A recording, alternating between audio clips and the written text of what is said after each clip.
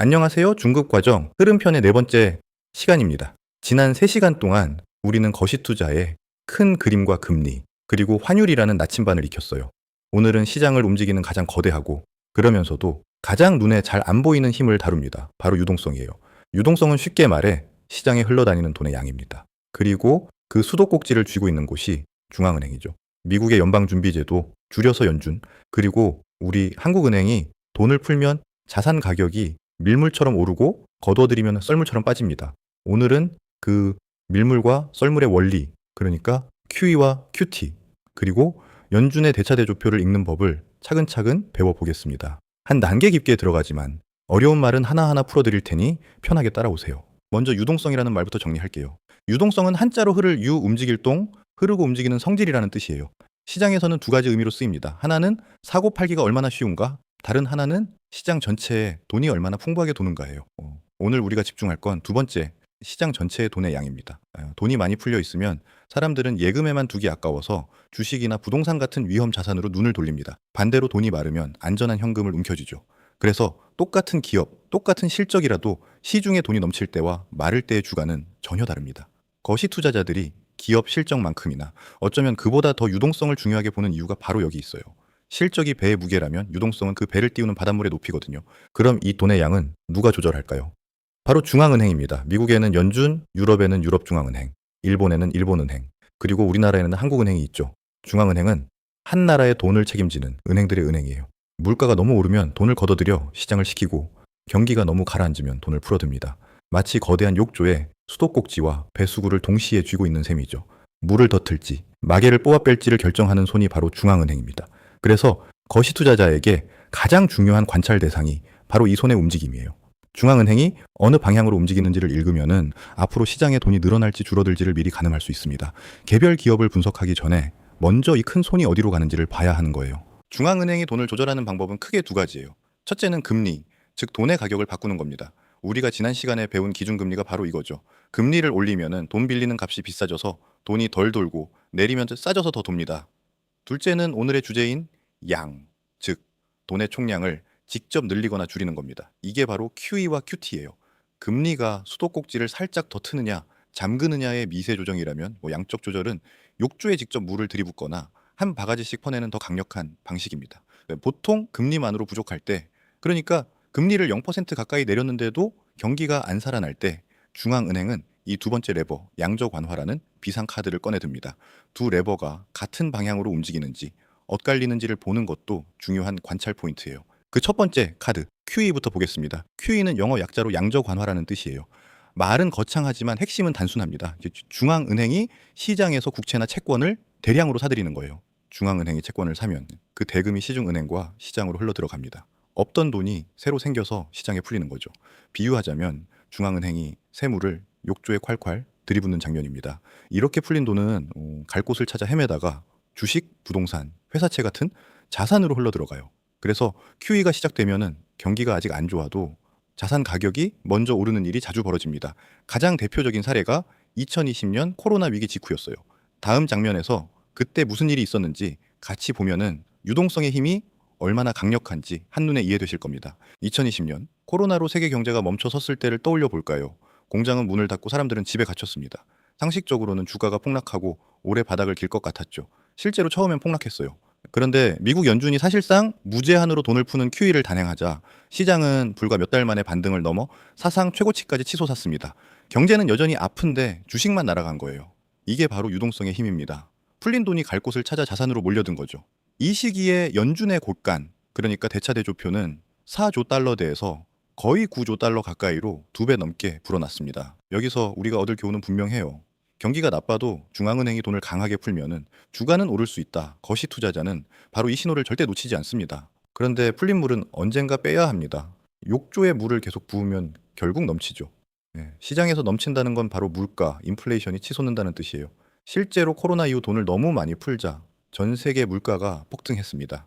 그래서 중앙은행은 이번엔 반대로 돈을 걷어들이기 시작해요. 이게 바로 QT, 양적 긴축입니다. QT는 QE의 정반대예요. 사들였던 채권을 다시 팔거나 만기가 돌아온 채권을 새로 사지 않고 그냥 소멸시키는 방식으로 시중에 돈을 빨아들입니다. 욕조에 마개를 뽑아 물을 빼내는 장면이죠. QT가 진행되면은 시장의 돈이 줄어들기 때문에 자산 가격에는 무겁게 짓누르는 압력으로 작용합니다. 연준은 2022년 6월부터 이 QT를 시작했어요. 그 뒤로 시장이 한동안 무거웠던 데는 이 썰물의 영향이 컸습니다. 여기서 거시투자자의 필수 도구 연준 대차대조표를 소개할게요. 이름은 어렵지만 그냥 연준의 자산 장부, 곳간의 크기라고 생각하면 됩니다. 이 곳간이 커지면 QE, 즉 돈을 푸는 중이고 곳간이 작아지면 QT, 즉 돈을 거두는 중이에요. 숫자로 보면 이렇습니다. 코로나 전에는 4조 달러 되었던 곳간이 QE로 거의 9조 달러까지 불었다가 QT를 거치며 다시 줄었습니다. 2022년 6월부터 시작된 QT로 연준은 2조 달러가 넘는 채권을 걷어들였어요. 우리가 매일 이 숫자를 외울 필요는 없습니다. 다만 방향만 기억하세요. 곳간이 커지고 있나, 줄고 있나, 아니면 멈췄나. 이 방향이 시장에 부는 바람의 세기와 방향을 알려줍니다. 거시 투자자에게 이 대차대조표는 날씨를 보는 기압계 같은 거예요. 자, 이제 가장 따끈따끈한 실제 사건입니다. 연준은 2025년 12월 마침내 QT를 공식적으로 끝냈어요. 3년 넘게 이어진 돈 걷어들이기가 멈춘 겁니다. 이 시점에 연준의 고가는 약 6.58조 달러 수준이었습니다. 9조 달러 가까운 정점에서 2조 달러 넘게 줄어든 거죠. 왜 멈췄을까요?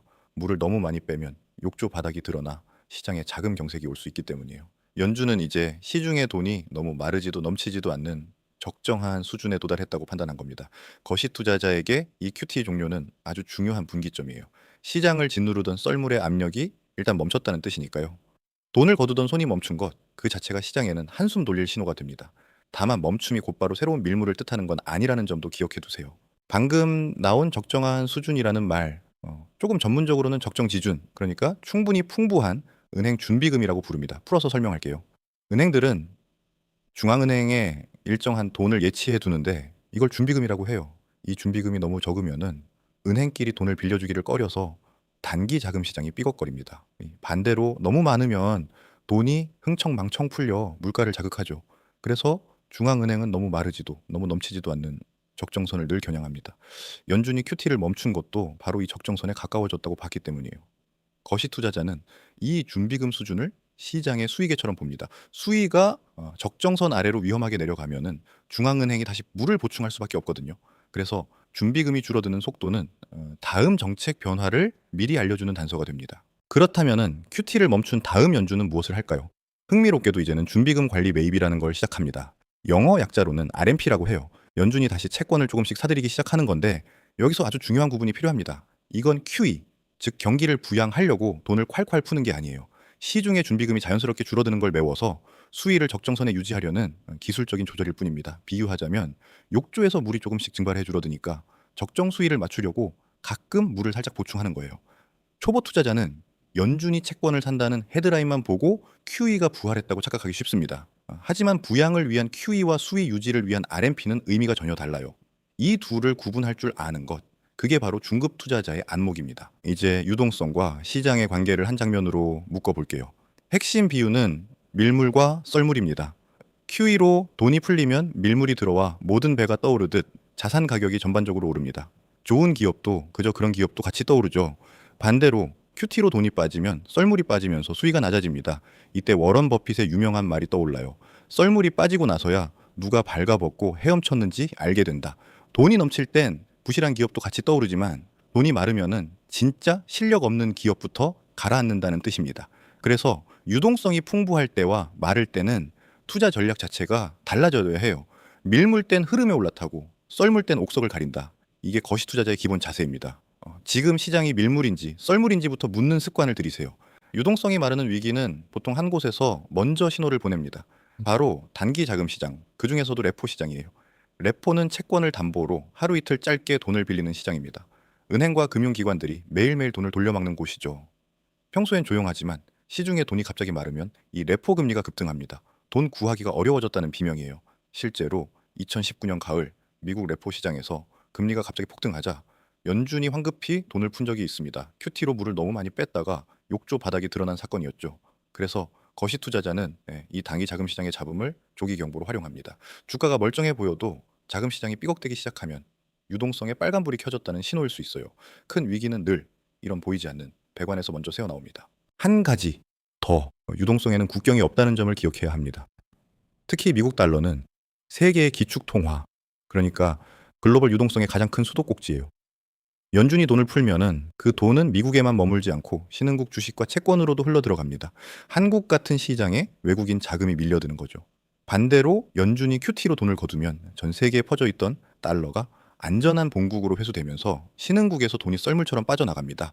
그래서 우리 코스피의 외국인 수급은 한국만의 사정이 아니라 워싱턴의 연준이 수도꼭지를 어느 쪽으로 돌리는가에 크게 좌우돼요.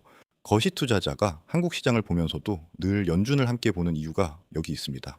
글로벌 유동성의 본질은 언제나 달러니까요.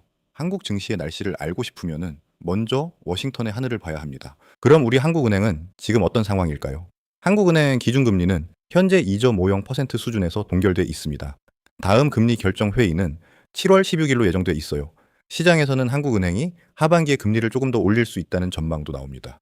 물가가 다시 꿈틀대고 원화가 약하기 때문이에요. 여기서 중요한 포인트가 있습니다. 미국 연준은 QT를 멈추고 한숨 돌리는 국면인데 한국은행은 오히려 긴축, 즉 돈을 조이는 쪽을 더 고민하는 다른 처지일 수 있다는 거예요. 이렇게 두 나라 중앙은행의 발걸음이 어긋나면 그 틈에서 환율과 자금 흐름이 출렁입니다. 한쪽은 멈춰섰는데 다른 쪽은 더 조이려 하면 돈은 더 매력적인 쪽으로 움직이거든요. 거시 투자자는 연준과 한국은행 이 두 손을 늘 나란히 놓고 비교해서 봐야 합니다. 그럼 지금 2026년 6월 우리 시장의 국면을 유동성의 눈으로 읽어볼까요? 코스피는 얼마 전 사상 처음으로 9,000선을 넘어섰다가 큰 폭의 출렁임을 겪고 최근 8,400선 부근에서 등락하고 있습니다. 삼성전자가 하루 10% 가까이 급등하며 34만 원대를 회복하는 등 변동성이 매우 큰 장세예요. 미국 나스닥은 27,000선대, S&P 500은 7,100선대에서 움직이고 있고 원달러 환율은 1,540원대로 여전히 높습니다. 유동성 관점에서 보면은 연준의 QT가 작년 12월에 끝나 시장을 짓누르던 압력은 일단 거쳤습니다. 하지만 금리는 여전히 높은 수준이고 한국은행은 오히려 긴축을 저울질하고 있죠. 돈을 거두던 큰 손은 멈췄지만 아직 본격적으로 풀어주는 단계는 아니다. 그래서 이렇게 작은 충격에도 시장이 크게 출렁이는 겁니다. 이번에는 모멘텀 투자자의 눈으로 유동성을 다시 봅시다. 모멘텀 투자란 오르는 추세에 올라타 그 흐름을 따라가는 방식이에요. 그런데 추세를 만들고 유지하는 가장 근본적인 연료가 바로 유동성입니다. 시중에 돈이 풍부하게 흐를 때는 한 번 시작된 상승 추세가 오래 그리고 강하게 이어집니다. 돈이라는 연료가 계속 공급되니까요. 반대로 유동성이 마르기 시작하면은 아무리 좋아 보이던 추세도 갑자기 힘이 빠지며 꺾이기 쉽습니다. 그래서 노련한 모멘텀 투자자는 차트의 추세만 보지 않고 그 뒤에 있는 유동성의 밀물썰물을 함께 살핍니다. 연준이 돈을 푸는 국면에서의 상승 추세는 믿고 올라타지만 돈을 거두는 국면에서의 상승은 의심하며 다룹니다. 유동성이라는 바람이 등 뒤에서 부는지 앞에서 막아서는지를 늘 확인하는 거예요. 추세의 겉모습이 아니라 그 연료통의 잔량을 보는 거죠. 여기서 중요한 함정 하나를 짚을게요.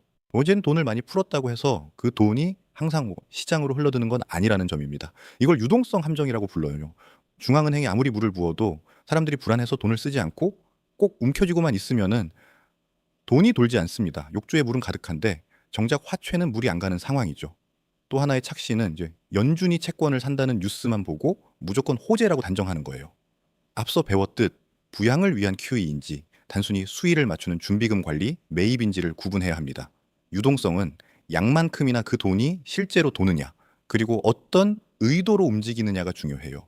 헤드라인의 단어 하나가 아니라 그 속의 맥락을 읽는 것. 그게 중급 투자자의 진짜 힘입니다. 같은 뉴스도 맥락을 알면은 정반대로 해석될 수 있으니까요. 오늘 배운 걸 것이 체크리스트와 세 가지 시나리오로 정리해 볼게요. 체크리스트는 세 가지입니다. 첫째, 연준의 곡간. 대차대조표는 커지나 줄어드나 멈췄나. 둘째, 단기 자금 시장과 레포 금리는 잠잠한가 들썩이나. 셋째, 우리 한국은행과 연준의 발걸음은 같은 방향인가 어긋나나. 이제 시나리오입니다. 시나리오 하나, QT 종료 이후 연준이 점차 돈을 푸는 쪽으로 기울면 유동성이라는 밀물이 들어와 위험 자산의 우호적인 환경이 됩니다. 시나리오 둘, 물가가 다시 튀어 연준이 긴축의 끈을 더 죄면 썰물이 빠지며 변동성이 커집니다. 시나리오 셋, 어느 쪽도 아닌 어정쩡한 횡보 국면에서는 지금처럼 작은 뉴스에도 크게 출렁이는 장세가 이어집니다. 정답을 미리 맞히려 하지 말고 이 세 갈래를 모두 열어두고 신호에 따라 무게를 옮기는 것. 그게 거시 투자자의 자세예요. 오늘도 끝까지 함께 해주셔서 감사합니다. 우리는 시장을 움직이는 가장 거대한 힘, 유동성을 배웠어요. QE는 돈을 푸는 밀물, QT는 돈을 거두는 썰물이고 연준의 대차대조표는 그 수위를 보여주는 곡간이라는 것. 그리고 작년 12월 QT가 끝나면서 시장을 짓누르던 압력이 일단 멈췄다는 것까지 정리했습니다. 다음 시간에는 경기 사이클을 한 단계 더 깊이 파고들어 ISM과 PMI, 그리고 고용 같은 경기 선행 지표로 지금이 어느 계절인지를 더 정밀하게 가늠하는 법을 배워보겠습니다. 오늘 내용이 도움이 되셨다면 구독과 좋아요로 응원해주세요. 더 단단한 거시 투자자가 되는 길 끝까지 함께하겠습니다. 다음 시간에 만나요.